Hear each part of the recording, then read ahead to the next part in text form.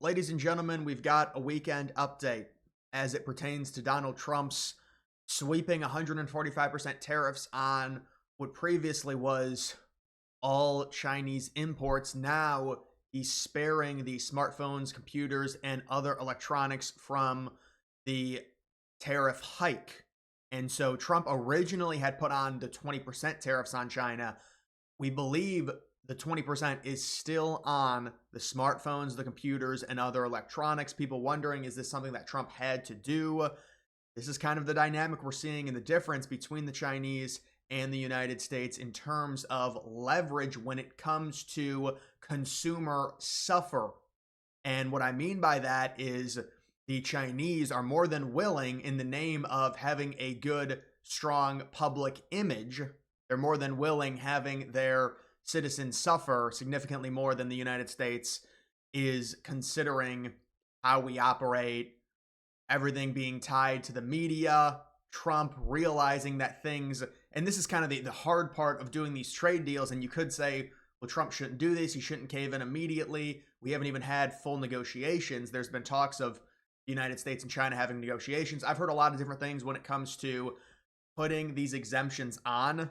Like, this is something that had to happen. It's an emergency exemption for certain products that we need, and right now we cannot produce. There's also the thought maybe there was some deal brokered with Apple, Dell, and other U.S. companies to potentially say, all right, if you take the tariffs off, or if you bring them down to 20%, we will invest X amount of dollars into the creation of U.S. manufacturing when it comes to U.S. made iPhones, U.S. made laptops, things like that. You could argue that's another story to this as well, but this reads like there seems to be some trepidation when it comes to Trump's plan with China in terms of going full-blown 145% tariffs on everything, and saying, because we saw over the past few days things calmed down where the United States said, we're not going to tariff you anymore, we're not going to up the percentage from 145 to 170, and you had the Chinese say, we have you guys now at 125% tariffs, we're not going to tariff you guys anymore, let's stop and let's come to the negotiating table. Which you could argue, if Trump really wanted to exude maximum pressure on the Chinese, he could have upped it. I know there was a number, 400% tariffs, just go crazy, that's what Kevin O'Leary said, and really squeeze them out. But that's not something that Trump decided to do. And then this recent update says, well, when you look at the imports from China, we believe it's around 25 to 30% of the imports are in these categories. So in essence, there's still, on 70% of the imports from China, a 145% tariff. And the other 25 to 30%, there's still a 20% tariff, which was the original tariff that Trump put in place as part of his initial policy on tariffs. And then he added the 34%, and then China hit the reciprocal. The 34% was added during Liberation Day. China hits the reciprocal, Trump, and then that's how it all starts, and then cascades to 145% versus 125% tariffs between the United States and China. But you can see that the smartphones, the computers, other electronics have been spared at least from the crazy high tariffs. You can see Trump keeps the 20%, calls it fentanyl-related tariffs on all Chinese imports. So all Chinese imports are right now at least 20% tariffs, and around 70% of their imports are still at 145% tariffs. There's going to be a lot of fake stuff coming out saying, oh, Trump caved in all this. Well, no, that's just the reality. Trump still has the 145% tariff on 70% of the imports, and we don't know. There might be a deal behind the scenes made with Apple in terms of an investment, because Apple's going to get crushed on this. We know they hurried 5 cargo planes full of iPhones to beat the initial 145% tariffs that were put into place just about 3 or 4 days ago. And so you know they have to be hurting, and so you wonder, maybe there's a deal behind the scenes. We want US-based domestic investment.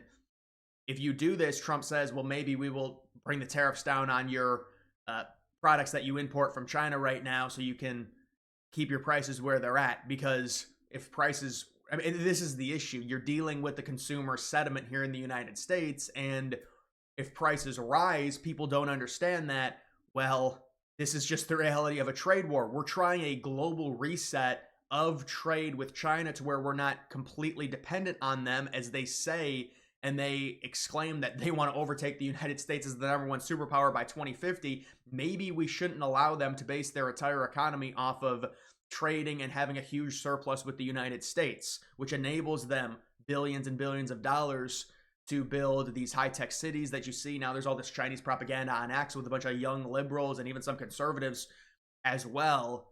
And so it's like, should we really be doing that? Well, there's trade-offs to this. This is the situation. Not everything is going to be perfect, especially at the start when it comes to onboarding domestic production. There will be prices that inevitably rise, at least at the start, and then hopefully they go down. But the problem, if you are Trump, is the rise in prices falls on your doorstep. And so that's something that liberals can use, especially when you're talking about the midterms. Trump right now is trying to balance the sectors and say, well, if we leave tariffs on here and there, I mean, honestly, we don't know the exact deal that's going to be made with China, but you're talking about negotiations happening already. There's probably going to be a deal to where the tariffs are tamed by both China and the United States by the early summer. So, and I don't know what the deal will be. I imagine that Trump will still keep tariffs on certain sectors in China, just like he did 2017, 2018. That was more targeted based strategy that saw minimal increase in terms of inflationary reaction. It saw a minimal increase in terms of just price overall in any sector, because these are things that you can kind of pinpoint and say, there's a crazy markup on that product because it's cheaper to produce in China if we produced it in the United States, because there's a competitive market at play. The producer and the company is going to have to absorb the loss, because they're still going to have to price their product competitively, because there's other products in that same category at a similar price that are made in the United States. And that's how you get it to come down, and that's how you get domestic production. And that's how you don't have to deal with the price hikes if there's a competitive marketplace. iPhone's a completely different thing. Everyone wants an iPhone. The price of iPhone goes up, going to be on Trump. That's where the whole inflation thing comes from, but that's really not inflation. That's a specific product going up in price. That doesn't mean you have less purchasing power when you're purchasing, gasoline. But either way, obviously, people are going to view this as, well, Trump is really stepping back. He doesn't really know what he's doing here when it comes to these tariffs. Remember, there's still the 145% tariff on 70% of Chinese goods.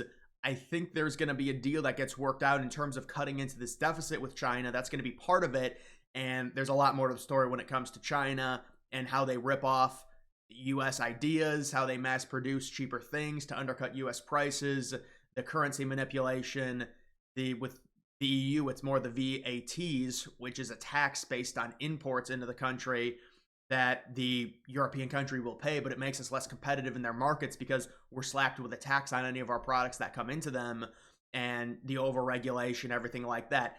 Obviously, when you look at the idea of fair trade, it goes completely out the window when every country is not fair in terms of how they manipulate their labor laws to be able to mass produce things for easier. I also think Trump is surveying the field right now when it comes to the AI robot technology that we're certainly going to see over the next decade, and possibly have the robots do a lot of the grunt work when it comes to a lot of these jobs that maybe U.S. citizens really don't want to do. If you're able to get more U.S.-based production, that's another thing to look at in terms of that. But we also do have Trump here talking about the exemptions on tariffs for semiconductors. Trump, I believe they were asking him here about Taiwan. Now, it might also be China as well, but because China was the big thing yesterday. But when it comes to semiconductors, it's been known now since Trump put the Liberation Day tariffs on. It was a very high tariff on Taiwan, but the exemption was the most important Taiwanese industry. It was the semiconductors.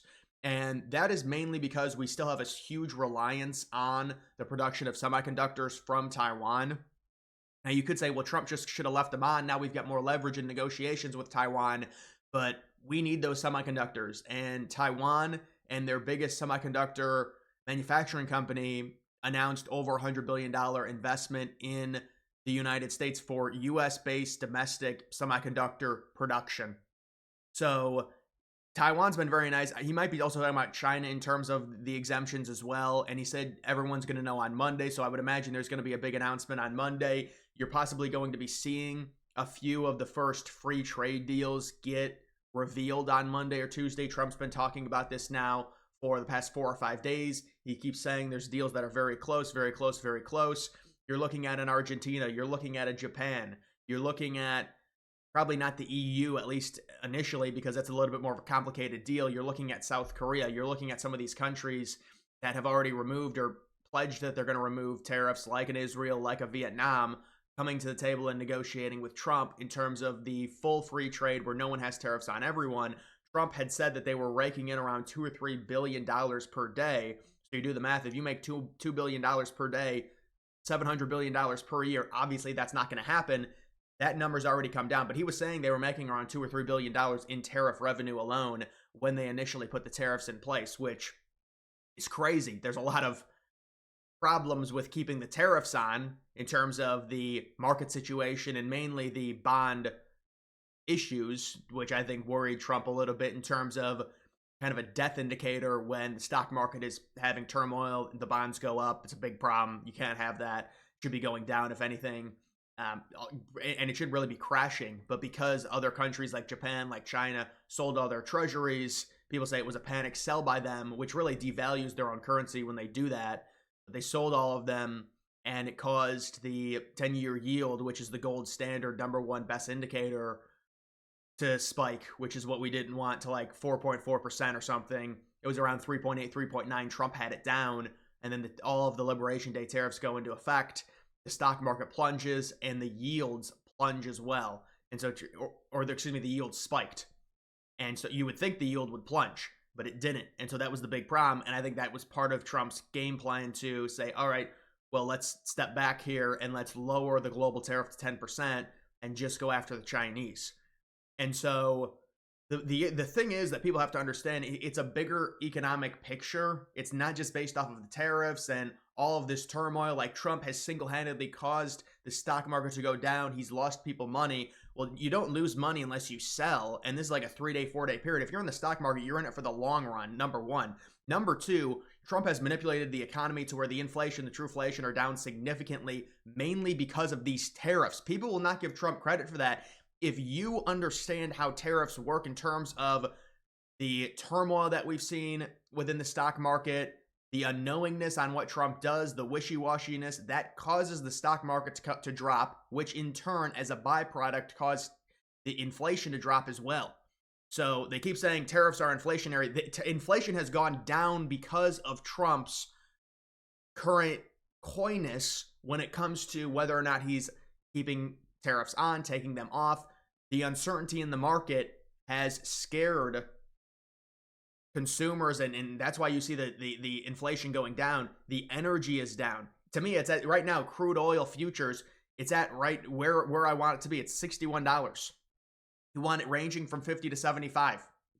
So Trump has so many great economic indicators as a reaction to the tariffs that he's put in place and has it put in place. And that's why I tell people, they're like, well, when is the market going to recover? Well, let's calm down a second, because we need the rate cuts. We get the rate cuts, then we really supercharge everything. We don't want a quick recovery here and then inflation goes back up. We don't want any of that. Let's let it simmer a little bit. We get 2 or 3 rate cuts in the next 4 or 5 months. I don't think there's going to be an emergency rate cut because they play politics, and it's unfortunate. They're going to say because of the yield, but it doesn't really affect that. The rate cut should have already happened, or it should be happening in their next meeting on the 9th. I'm not sure it's going to. It's crazy. But Trump has done exactly what you would want in terms of getting a rate cut. All of the indicators are there outside of the yield, and even that is something that really can't be controlled by a rate cut. But it's what we need is the rate cuts to happen, and Trump is forcing it. And so it's not as simple as, oh, Trump just crashed the economy on a whim because he wants to pick all these trade wars and it's blowing up in his face, so he's removed it on everyone, and now he's caving into China. No, that's not it at all. You don't understand the bedrock of an administration. The bedrock of the economy is the inflation, the golden standard. It is the 2% interest rate. It is refinancing $9 trillion at a 2% interest rate versus a 4% interest rate, to where you save $400 billion in debt added, which, and we'll see what Trump is, what happens with his big budget that he says now. He's been bragging about the military spending being up to $1 trillion, which I'm not a big fan of, but this is just what happens with politicians. And When you spend more money, it does stimulate the economy, but obviously we already spend a ton on military as is, and when you're talking about a $2 trillion deficit, maybe it's not the best thing. Now, they have saved a lot of money, and I know Musk came out and said, well, and people started making fun of him. He said, we're saving in the fiscal year 2026, we're saving $150 billion. And they're like, oh, you said you were going to save $1 trillion. I'm not sure where they're getting that money. They got rid of the Department of Education. That saves $100 billion in and of itself. They got rid of USAID. That saves $25 billion in and of itself. So I think it's actually more. And you're talking about getting rid of all these employees on salaries and saving more money in terms of that. So they've saved, I would say, $250 to $300 billion, honestly, if I had to estimate, when you add everything up. And maybe it's not $1 trillion. Listen, there needs to be a look into the Pentagon. That's really where they need to look, and we'll see if they do it. That's really where the media questions should be going. You're talking about saving all this money. Well, what about the Pentagon, who routinely fails audits? What's going on with that? Have you looked into that? But the point of it is, Musk can't make up fraud if it's not there. So they thought they would save $1 trillion. Okay, maybe they won't save $1 trillion. Now they're trying to picture like, oh, over 10 years, we're going to save like $1.15 trillion. But it's over a 10-year period based on the stuff that they've already cut. Like the USAID, the aid to other countries, things like that.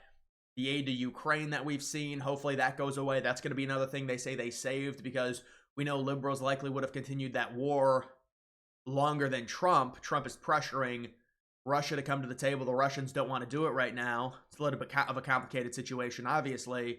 But the point is, there's so many different factors at play when it comes to the economy, when it comes to what Trump wants to do here. It's this 3D, 4D, 5D, 6D chess.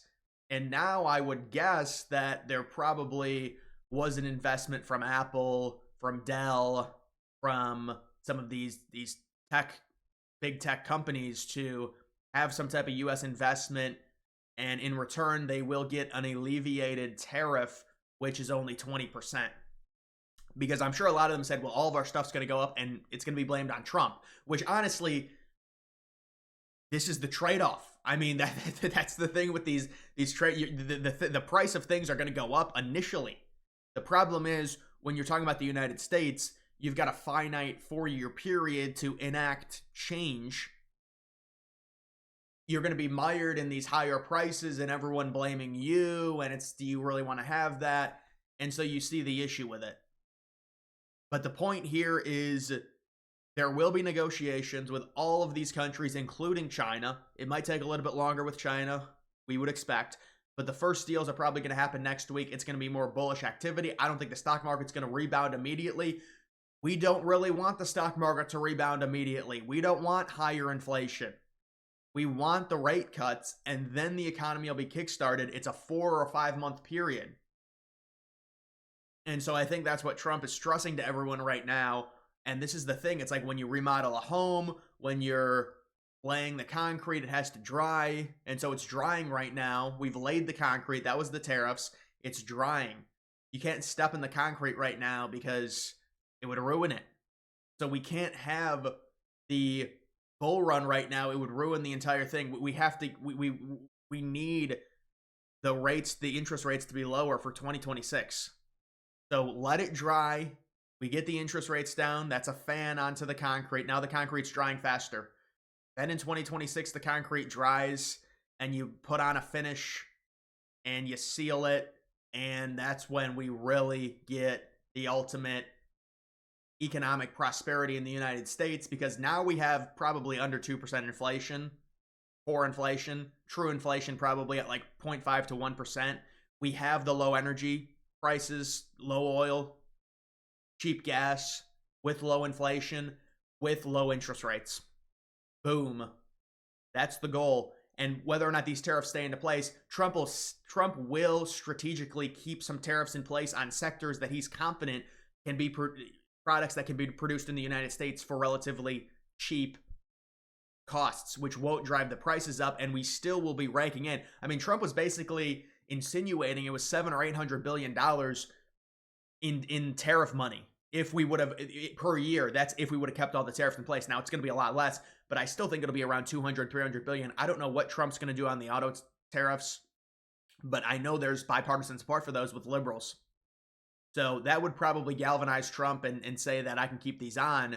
But when it comes to the other tariffs, especially with Canada and Mexico, that's probably going to be a renegotiated deal that I think should happen after the Canadian election. But they're talking about maybe doing it before, which to me, it's like if Carney negotiates it and then he loses, well, where does that put us with that deal? I would imagine they would have to just still agree to it because it's like, what is Canada's really bargaining chip here? They don't have one in terms of our significant deficit with them. And not even just that, it's just the overall power of each country. We're way more powerful than they are. So if they want to renegotiate, if Poilievre wins, I'm not sure they would really be granted that option. I'm not even sure they would ask for it, even if he doesn't like the deal if Carney does win before the election. But I don't think Carney will. I think Carney's trying to galvanize his people against Trump because it's good for the liberal base in Canada. But either way, guys, that's just the situation. That's going to do it for this video. Make sure you follow me on X. Link to that's always in the description.